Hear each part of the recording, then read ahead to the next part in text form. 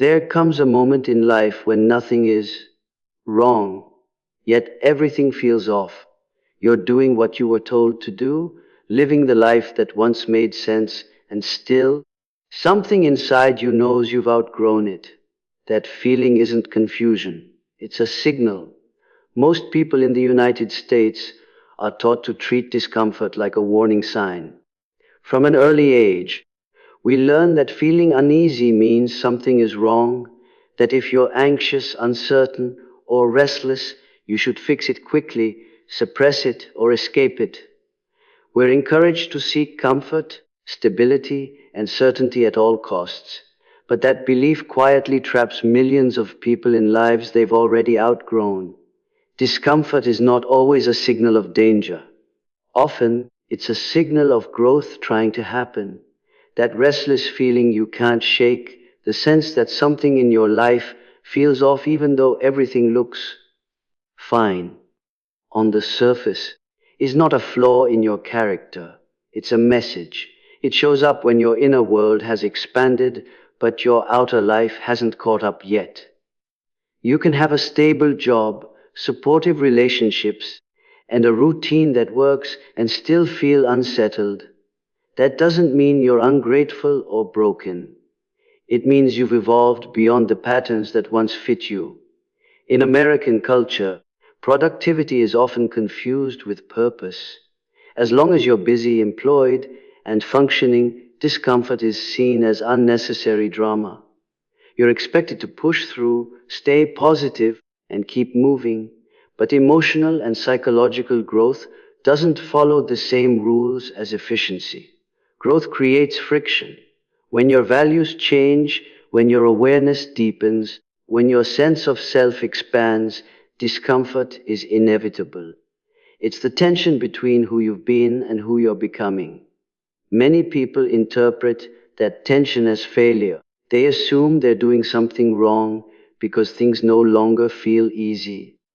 But ease is not the measure of alignment. In fact, some of the most misaligned lives look very comfortable from the outside.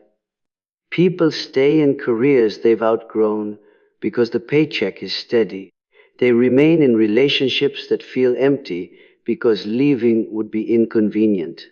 They maintain identities that no longer reflect them because change feels risky. The discomfort that arises in these situations isn't asking to be numbed, it's asking to be listened to. Restlessness often appears when your old coping mechanisms stop working. The habits, beliefs, and behaviors that once helped you survive or succeed no longer provide meaning. Maybe you used to thrive on external validation, but now it feels hollow. Maybe you once defined yourself by achievement, but success no longer satisfies you. That internal discomfort doesn't mean you're losing motivation. It means your motivation is shifting from approval to authenticity. In the US, there's also a strong cultural narrative around self-reliance and toughness. You're expected to handle your problems quietly and keep moving forward. Admitting discomfort can feel like weakness, but ignoring it comes at a cost. When discomfort is suppressed, it doesn't disappear, it transforms. It becomes burnout, anxiety, resentment, or numbness.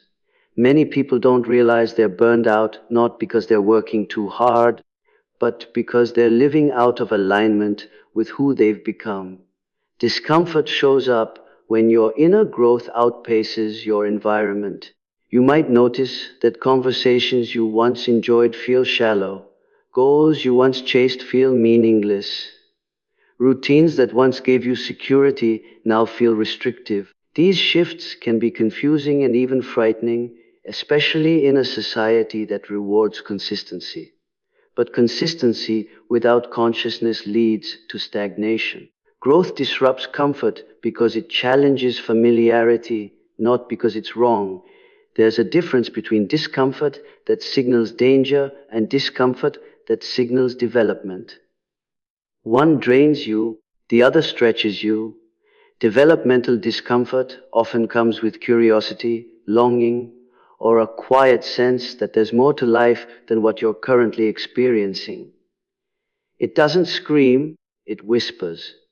And when you ignore it long enough, it gets louder. Many Americans delay listening to this signal because they're waiting for a crisis to justify change.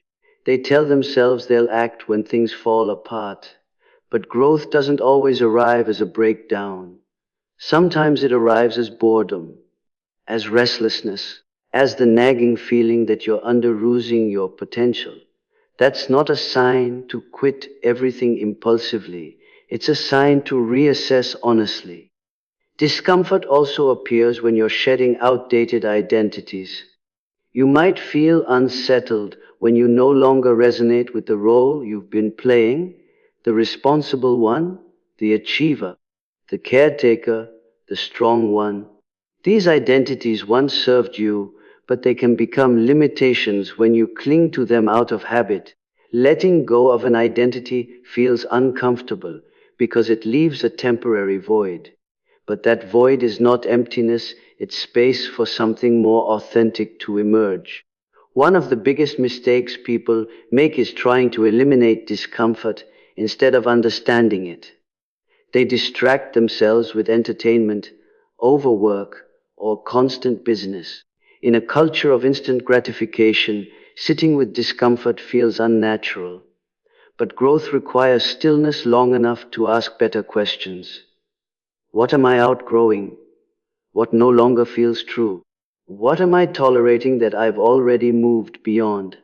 When you begin to see discomfort as information rather than a problem, your relationship with it changes. You stop running from it and start using it as a compass. Instead of asking, "What's wrong with me?" you ask, "What is this feeling trying to show me?" That shift alone can transform your life. It turns confusion into clarity and frustration into direction. Discomfort doesn't mean you should abandon responsibility or stability. It means you should stop ignoring your inner evolution. Growth doesn't always require dramatic change. Sometimes it requires honest adjustments, setting boundaries, redefining success, choosing meaning over approval, aligning your actions with your values instead of your fears. In the American dream narrative, success is often portrayed as reaching a destination and then staying there. But real fulfillment is dynamic, it evolves as you evolve. The discomfort you feel today may be the very thing guiding you toward a more authentic version of success, one that reflects who you are now, not who you were expected to be. Feeling stuck doesn't mean you're failing. It often means you're in transition. And transitions are uncomfortable by nature. They're the space between the familiar and the unknown. Most people try to escape that space as quickly as possible. But those who learn to stay present within it discover something powerful. Discomfort is not the enemy of growth. It is the evidence that growth is already happening. Many of the limits people live by today were never meant to last forever. They were formed in moments when survival mattered more than self-expression, when fitting in mattered more than standing out, and when safety mattered more than fulfillment. At one point in your life, these limits made sense. They helped you navigate family expectations, social pressure, financial uncertainty, or emotional instability. But survival strategies are not the same as life strategies, and confusing the two keeps people trapped long after the danger has passed. In the United States, resilience is often praised, but rarely examined. People take pride in how much they've endured, how much they've pushed through, how much they've tolerated. They build their identity around being strong, responsible, dependable, and realistic. But strength developed for survival can quietly become a ceiling when it's never re-evaluated. What once protected you can later restrict you if you keep living as though the same threats still exist. Many limits begin in childhood or early adulthood, long before you had full control over your circumstances. You might have learned to stay quiet to avoid conflict, to work twice as hard to prove your worth, to lower your expectations so you wouldn't be disappointed, to choose practicality over passion because stability was non-negotiable. These choices were not weaknesses. They were intelligent responses to the environment you were in. But environments change, and so must the strategies you use to navigate them. The problem arises when people turn coping mechanisms into identities, when "this is what I had to do" becomes "this is who I am." In American culture, where personal stories are often reduced to simple labels, people cling to outdated narratives about themselves. They tell themselves they're not creative, not confident, not the type to take risks, not meant for more. These beliefs often started as temporary adjustments, not permanent truths. Survival limits are especially hard to release because they're familiar. They feel safe. Even when they're uncomfortable, they're predictable. There's a strange comfort in knowing what you can and cannot expect from life. Letting go of those limits introduces uncertainty, and uncertainty can feel threatening even when the original danger is long gone. Many people would rather live with known dissatisfaction than risk the unknown possibility of more. In the US, financial pressure reinforces this pattern.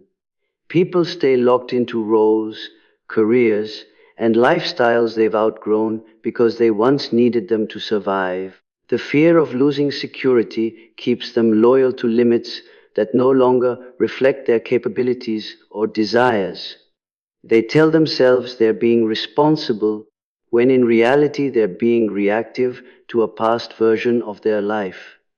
There's also a deep emotional attachment to old limits because they carry a story of endurance. Letting them go can feel like invalidating what you went through. People worry that if they release those boundaries, they're pretending the struggle didn't matter. But honoring your past doesn't require you to live inside it. You can respect what you survived without letting it dictate what you're allowed to become. Another reason these limits persist is because they're reinforced by others. When people around you benefit from you staying the same, your growth feels inconvenient to them. The dependable one isn't supposed to change. The strong one isn't supposed to want more. The practical one isn't supposed to dream bigger. So your old limits get rewarded with approval, while your growth is met with resistance. Over time, it becomes easier to stay confined than to challenge expectations. But limits created for survival are based on scarcity. They assume resources are limited, opportunities are rare, and mistakes are dangerous. Growth-based living operates from a different mindset. It recognizes expansion, adaptability, and possibility. The tension you feel when your old limits no longer fit is not a sign of irresponsibility. It's a sign that your internal framework has shifted from survival to potential. Many Americans don't realize how much of their behavior is driven by outdated fear. Fear of instability, fear of rejection, fear of repeating the past. But when fear is no longer grounded in present reality, it becomes a habit rather than a warning. And habits can be unlearned. The limits you're living by may have been necessary once, but necessity does not equal permanence. Releasing these limits doesn't mean becoming reckless or dismissing responsibility. It means updating your internal rules to match your current reality. You're not the same person you were when those boundaries were formed. You have more experience, more resources, more awareness, and more choice. Continuing to live by old rules is like navigating today's world with an outdated map. Many people wait for external permission to outgrow their limits. They wait for validation, for perfect timing, for undeniable proof that it's safe to change. But survival limits rarely dissolve through logic alone. They dissolve through courage. The courage to admit that what once kept you afloat is now keeping you confined. When you start questioning these limits, discomfort often increases before clarity arrives. That's because survival based beliefs resist being challenged. They were built to keep you safe, not to help you grow. But growth doesn't require abandoning your past, it requires recognizing that you're no longer living in it. You are allowed to update your life strategy. You are allowed to want more than survival. You are allowed to redefine what safety, success, and fulfillment mean to you now. The limits you inherited or developed were chapters, not the whole story. And the moment you recognize that, you stop living as someone who is merely getting by and start becoming someone who is consciously choosing what comes next. Many of the limits that shape your life were never consciously chosen. They were absorbed quietly, repeatedly, and often invisibly through family dynamics, cultural expectations, social conditioning, and unspoken rules about who you're allowed to be. By the time most people in the United States reach adulthood, they're living inside a belief system they didn't design, defending boundaries they never agreed to, and measuring themselves by standards they never questioned. From an early age, you're taught what is realistic. You learn what success is supposed to look like, what kind of dreams are acceptable, and which parts of yourself should be emphasized or hidden. These lessons don't always come through direct instruction. Sometimes they come through observation, watching how adults respond to ambition, failure, emotion, or difference. You notice what gets rewarded and what gets criticized. Over time, those observations harden into internal rules. This is how inherited limits form. They don't announce themselves as restrictions. They present themselves as common sense. You're told to be practical, to not expect too much, to stay in your lane, to choose security over curiosity. And because these messages are reinforced by schools, workplaces, and media, they start to feel like objective truth rather than conditioning. Questioning them can feel rebellious, irresponsible, or naive. In American culture especially, there's a strong narrative around earning your worth. Many people grow up believing they must constantly prove themselves to their family, their employer, their community. That belief often turns into a limit, the idea that rest is laziness, that self-worth is tied to productivity, and that slowing down or changing direction means you're falling behind. These aren't personal failures, they're cultural inheritances. Family expectations play a powerful role as well. You may have inherited beliefs about money, relationships, or identity that were shaped by your parents' struggles, not your own reality. If they lived through scarcity, you might carry a deep fear of instability, even when your circumstances are different. If emotional expression wasn't safe in your household, you may limit how fully you allow yourself to feel or speak. These patterns don't disappear just because you grow up. They persist until they're examined. One of the most challenging parts of inherited limits is that they're often wrapped in loyalty. You may feel guilty questioning beliefs that helped your family survive. You might worry that changing means rejecting where you came from. In the US, where independence is celebrated, but family narratives still run deep, this internal conflict can be intense. But honoring your roots doesn't require living inside their fears. Social systems reinforce these limits further. Educational paths, career ladders, and societal milestones create an invisible timeline that people feel pressured to follow. By a certain age, you're expected to have certain things figured out. If you don't, you're made to feel behind. That pressure can lock people into choices that made sense at one stage of life but feel hollow later. The limit isn't your ability, it's the belief that deviation equals failure. Media also plays a role by constantly projecting narrow definitions of success and happiness. Even in a culture that celebrates individuality, there's an unspoken demand to conform, be successful, but not too different, be ambitious, but not disruptive, be confident, but not challenging. These contradictions create internal confusion, causing people to self censor parts of themselves in order to belong. Over time, inherited limits become self policing. You don't need external authority to stop you, you do it yourself. You talk yourself out of opportunities before anyone else can. You shrink your dreams to avoid disappointment. You dismiss your own curiosity with phrases like, "That's not for people like me." These limits feel personal, but they were installed long before you had the chance to consent to them. The moment you begin to notice this, something shifts. Awareness creates distance. You start to see that many of your preferences are actually adaptations.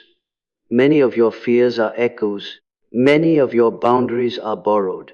And once you see that, you're no longer obligated to obey them. Questioning inherited limits doesn't mean you suddenly reject everything you were taught. It means you consciously choose what stays and what goes. You begin to ask whether a belief still reflects your values, your reality, and your potential. You recognize that just because something was passed down doesn't mean it deserves to be carried forward. In the United States, freedom is often discussed in external terms: rights, opportunities, choices. But one of the most powerful forms of freedom is internal, the freedom to examine what you've inherited and decide what truly belongs to you. When you stop confusing conditioning with truth, your life opens up in ways that feel both unsettling and liberating. You don't need to blame anyone for the limits you absorbed. Most people were doing the best they could with what they knew. But you do have a responsibility to yourself to not let unexamined beliefs dictate the rest of your life. Awareness doesn't instantly remove these limits, but it weakens their authority. And once a limit loses its authority, it no longer controls what you believe is possible. The moment you realize that many of your limits were inherited, not chosen, you stop seeing yourself as deficient and start seeing yourself as capable of change. And that realization alone can shift the direction of your entire life. Growth demands a kind of courage that isn't often talked about, the courage to loosen your grip on who you've been.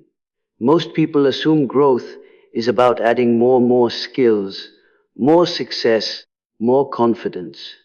But real transformation usually begins with subtraction.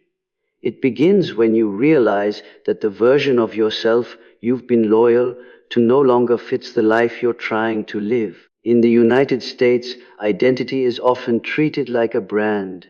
You're encouraged to be consistent, predictable, and easily understood. People ask, "What do you do?" and expect the answer to define you. Over time, that definition hardens. You become the reliable one, the achiever, the provider, the problem solver, the realist. These roles bring validation, but they also come with expectations. And eventually, those expectations can become limits. Letting go of a past version of yourself can feel like betrayal. You may worry that changing means you were wrong before, or that your past efforts were wasted. But growth doesn't invalidate who you were, it builds on it. Every phase of your life served a purpose. The danger lies in staying loyal to an identity long after its purpose has expired.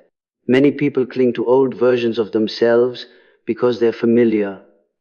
Familiarity creates a sense of control. Even if the identity feels restrictive, at least it's known. The unknown version of yourself, the one who takes different risks, speaks differently, wants more, can feel unstable and frightening. In a culture that values certainty and confidence, admitting you're evolving can feel uncomfortable. There's also external pressure to remain the same. When people around you have grown accustomed to a certain version of you, your change disrupts their expectations. The responsible one isn't supposed to change direction. The strong one isn't supposed to admit vulnerability. The agreeable one isn't supposed to set boundaries. When you begin to outgrow these roles, resistance often comes not because you're wrong, but because your growth forces others to confront their own stagnation. In American society, success is often framed as sticking to a plan and seeing it through. While commitment is valuable, blind loyalty to an outdated plan can quietly erode your sense of self. You may keep pushing forward out of habit, even when your inner voice is telling you that the path no longer aligns with who you are. That inner conflict creates exhaustion, not because you're weak, but because you're divided. Letting go of an old identity doesn't happen all at once. It usually begins with discomfort. You start noticing that the labels you've lived under feel heavy. You feel constrained by expectations you once embraced. You may feel guilt for wanting something different, or fear that you'll disappoint others if you change. These emotions are not signs that you're making a mistake, they're signs that your inner world is shifting. There is also a deep fear many people carry. If I let go of who I've been, who will I become? Identity provides structure. It tells you how to act, what to pursue, what to avoid. Releasing it can feel like stepping into chaos. But that chaos is temporary. It's a transitional space where new values, desires, and directions can emerge.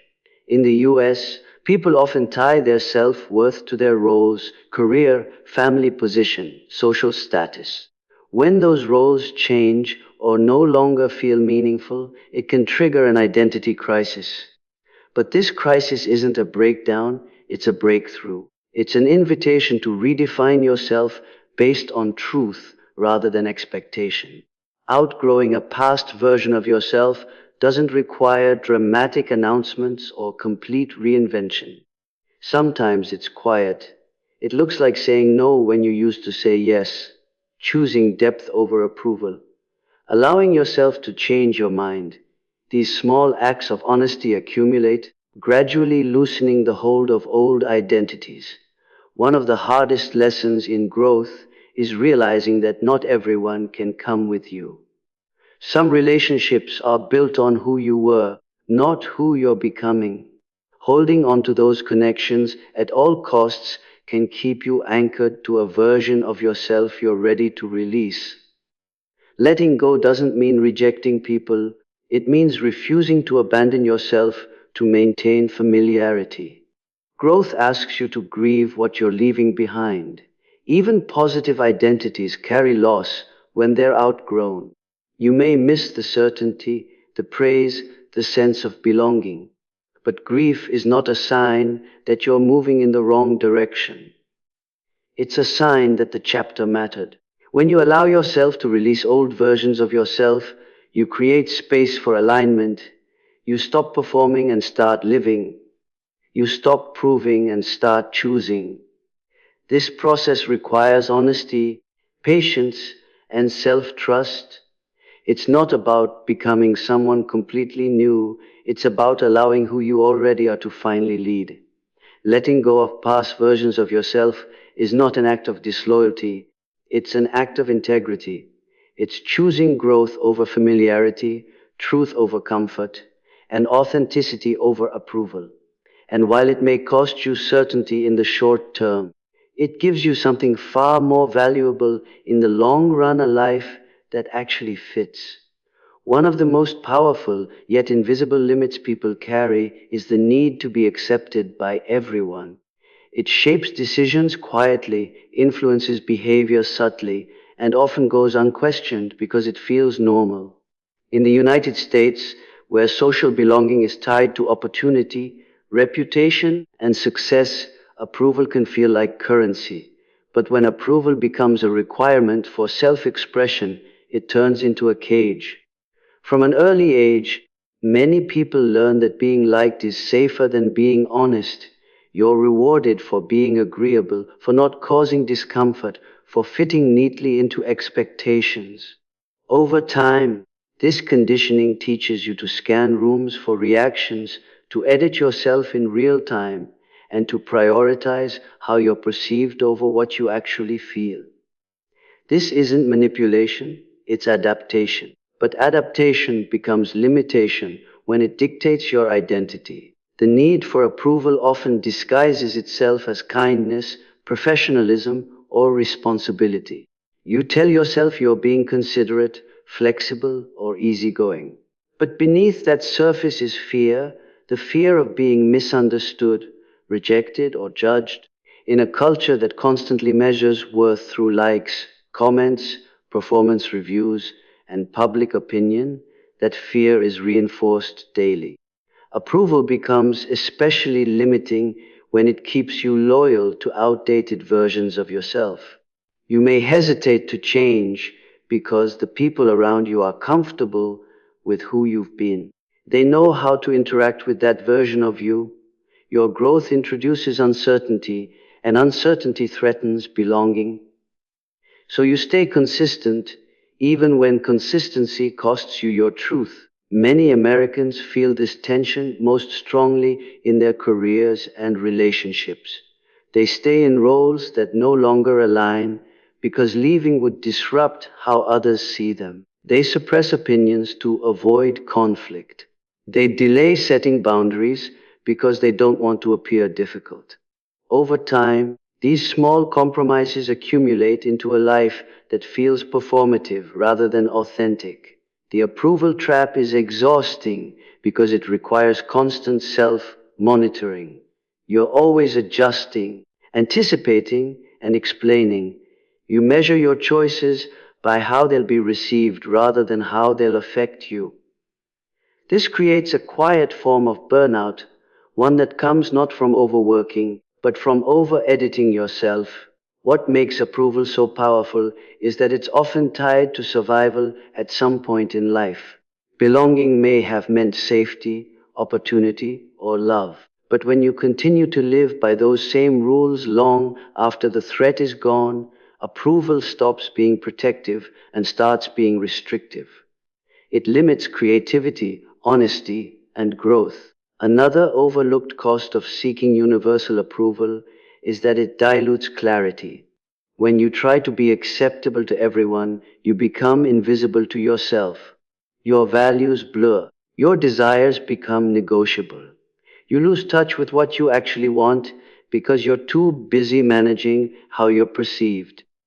In the US, individuality is celebrated in theory but often discouraged in practice. People are praised for being different only when that difference is palatable. Real authenticity, especially when it challenges norms, expectations, or comfort, is often met with resistance. That resistance can be enough to send people back into self censorship. Letting go of the need for approval doesn't mean becoming insensitive or dismissive of others. It means recognizing that being understood by everyone is not a requirement for living truthfully. Some people will misunderstand you simply because your growth disrupts the role you played in their life. That misunderstanding is not a failure, it's a consequence of change. As you begin to prioritize clarity over approval, relationships may shift. Some will deepen because they're rooted in honesty. Others may fade because they were built on convenience or compliance. This can be painful, especially in a culture that equates social harmony with success. But harmony that requires self-erasure is not peace, it's suppression. The moment you stop needing permission to evolve, your energy changes. You stop over-explaining. You stop shrinking. You make decisions based on alignment rather than applause. This doesn't make life easier, but it makes it real. And real life, even with its challenges, is far less exhausting than a life spent performing. Approval can feel like safety, but it often costs freedom. When you release the need to be accepted by everyone, You reclaim your voice, your direction, and your sense of self. You discover that belonging doesn't come from being agreeable, it comes from being honest. And while honesty may narrow your audience, it strengthens your foundation. The paradox is this: the more you live in alignment with your truth, the less you need approval, and the more meaningful the connections you keep become. One of the most damaging limits people carry is the belief that change has an expiration date.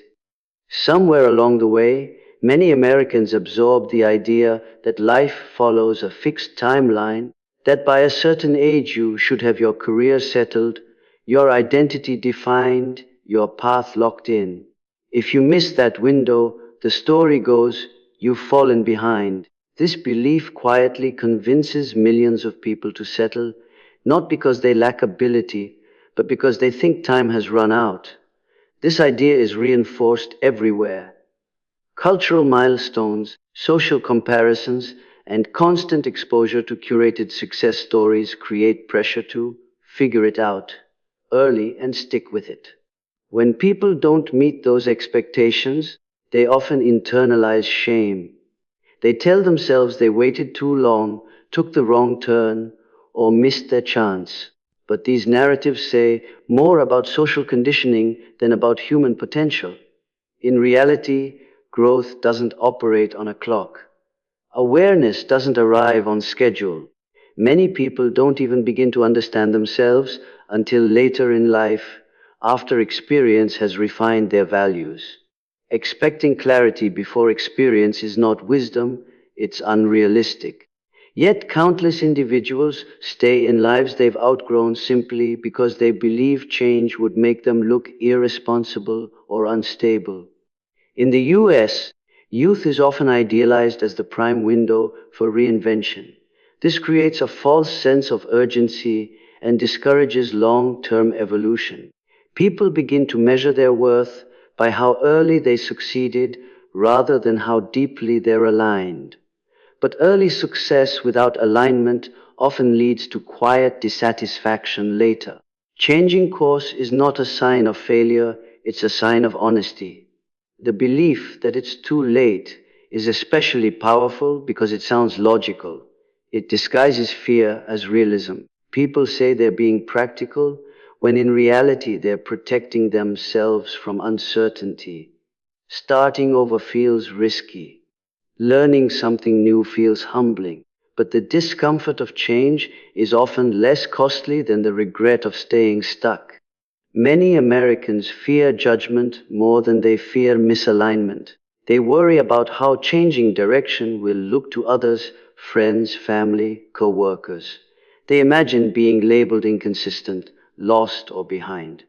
But the truth is, most people admire growth more than they admit. What they resist is not your change, but the way it challenges their own assumptions about what's possible. Another overlooked aspect of the too late mindset is how it freezes identity. People begin to define themselves by past choices rather than present desires. They say, "This is what I've always done," as if history were a prison. But your past explains you, it does not confine you. You are allowed to update your story as you gain new insight. Change later in life also carries advantages that early change does not. You bring wisdom, perspective, and self-awareness. You understand your patterns. You know what you value and what you no longer want to tolerate. These qualities make growth more intentional, not less valid. Reinvention at any stage is not reckless, it's informed. The belief that it's too late also ignores a simple truth: time will pass whether you change or not. 5 years from now, you'll still be 5 years older. The only difference is whether you'll be living closer to your truth or further away from it. Staying the same doesn't preserve time, it wastes alignment. In American culture, where reinvention is celebrated in theory but restricted by fear in practice, many people wait for permission to change. They look for external validation, perfect conditions, or undeniable certainty. But clarity often comes after action, not before it. Growth is a process, not a single leap. Letting go of the too late belief doesn't mean abandoning responsibility or chasing impulsive fantasies. It means recognizing that evolution is part of being human. It means giving yourself the same grace you would offer someone else who is trying to live more honestly. The most meaningful changes often happen when people finally allow themselves to listen to what they've known for a long time. Not because they ran out of time, but because they stopped believing they had. Fear doesn't disappear when you avoid it, it changes form. Many people believe that by staying where they are, by not taking risks, by not challenging their limits, they're choosing safety. But what they're really choosing is familiarity. And familiarity, when it's misaligned, quietly breeds a different kind of fear, one that's harder to name but impossible to escape. In the United States, fear is often framed as something to conquer or suppress. You're told to be confident, decisive, and certain. Admitting fear can feel like admitting weakness. So instead of confronting it directly, people learn to negotiate with it. They shrink their goals. They delay decisions. They tell themselves they're being practical. But avoidance doesn't eliminate fear, it spreads it across your life. When you avoid growth, fear doesn't stay contained. It seeps into everyday choices. It shows up as overthinking, procrastination, irritability, or numbness. It appears in the hesitation to speak up, the reluctance to try something new, the constant second guessing. Over time, this low level fear becomes normal and people stop recognizing it as fear at all. They just call it stress. One of the most common fears people carry is the fear of failure. In American culture, failure is often portrayed as something to avoid rather than something to learn from. This creates a mindset where mistakes feel dangerous. So people choose inaction over imperfection. But inaction has consequences. When you don't move forward, fear doesn't fade, it waits. And while it waits, it grows. There is also the fear of success, though it's rarely acknowledged. Success threatens identity. It can change relationships, routines, and expectations. It can force you to outgrow environments that once felt safe. So people unconsciously sabotage their growth to avoid the discomfort of becoming someone new.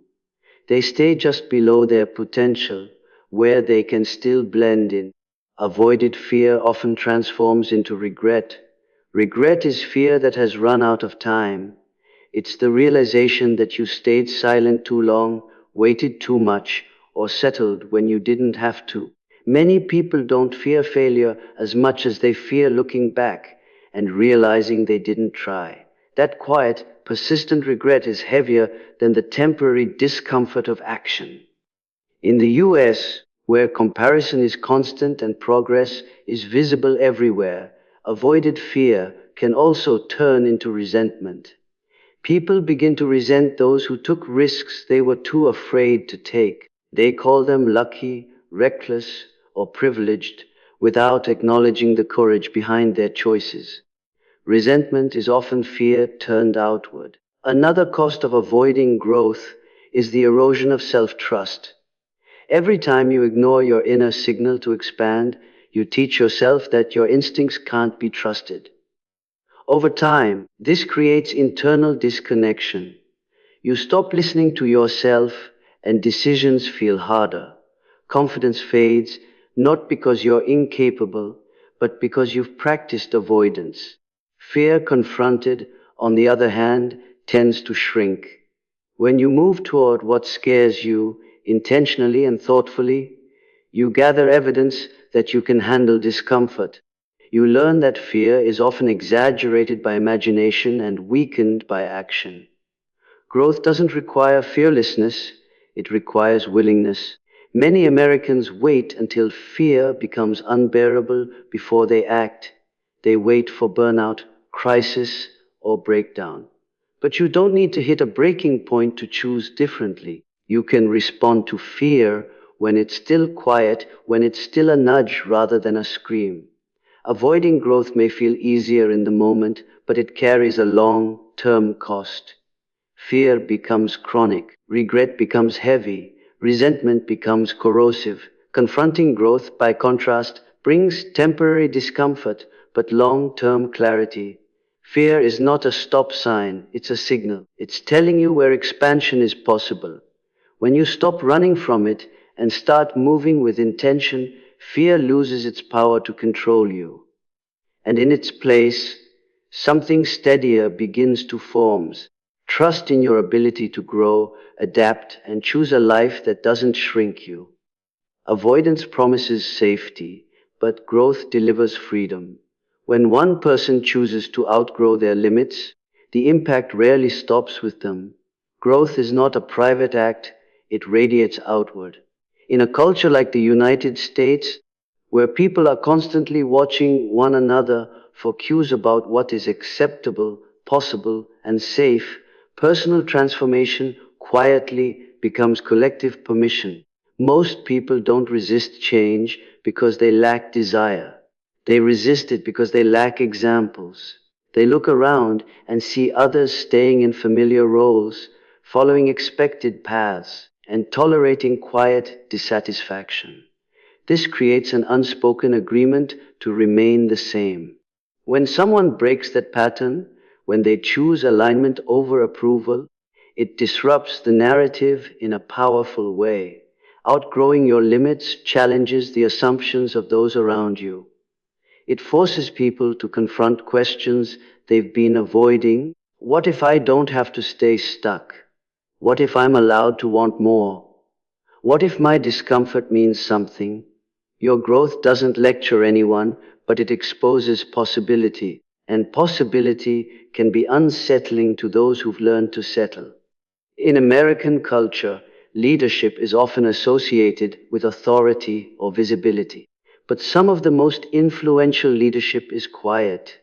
It happens when someone sets boundaries without guilt, changes direction without apology, or redefines success on their own terms. These actions send a message that growth doesn't require permission or perfection. When you evolve, you also change the dynamics of your relationships. Some people will feel inspired, others may feel threatened. This isn't because you're doing something wrong, it's because growth alters the balance. People who are comfortable when you stayed small may struggle when you expand. But those who are ready to grow will see your example as proof that change is possible. There is a ripple effect in choosing authenticity. Children notice when adults live honestly. Friends notice when someone stops performing. Colleagues notice when someone aligns their work with their values. These shifts plant seeds, even if they're never acknowledged. Growth gives others a reference point they didn't have before. In a society that often glorifies hustle while neglecting meaning, choosing alignment becomes a quiet form of resistance. It says that worth is not measured only by output, that success can be redefined, and that fulfillment matters. These ideas don't spread through slogans, they spread through lived experience. Outgrowing your limits also changes how you show up in the world. You become less reactive and more intentional, less defensive and more grounded. This emotional stability creates safety for others. People feel it when someone is no longer trying to prove themselves. Presence becomes influence. Many people underestimate the responsibility that comes with growth. When you choose to live more honestly, you demonstrate what's possible under the same conditions others are living in. You don't need to be extraordinary to be impactful. You just need to be authentic. In a culture driven by comparison, authenticity stands out. This doesn't mean your growth will be celebrated by everyone. Some people will resist it because it highlights the limits they're not ready to confront. But resistance is not a reason to retreat. It's often confirmation that change is happening where it's needed most. Freedom gained through growth is not selfish. It expands the collective imagination. It creates new standards for what is acceptable and attainable. When people see someone choose truth over comfort, they realize they might have a choice too. Outgrowing your limits doesn't just change your life, it changes the environment around you. It shifts conversations, expectations, and possibilities. And in a culture searching for authenticity, courage, and meaning, that kind of impact matters more than you may ever realize.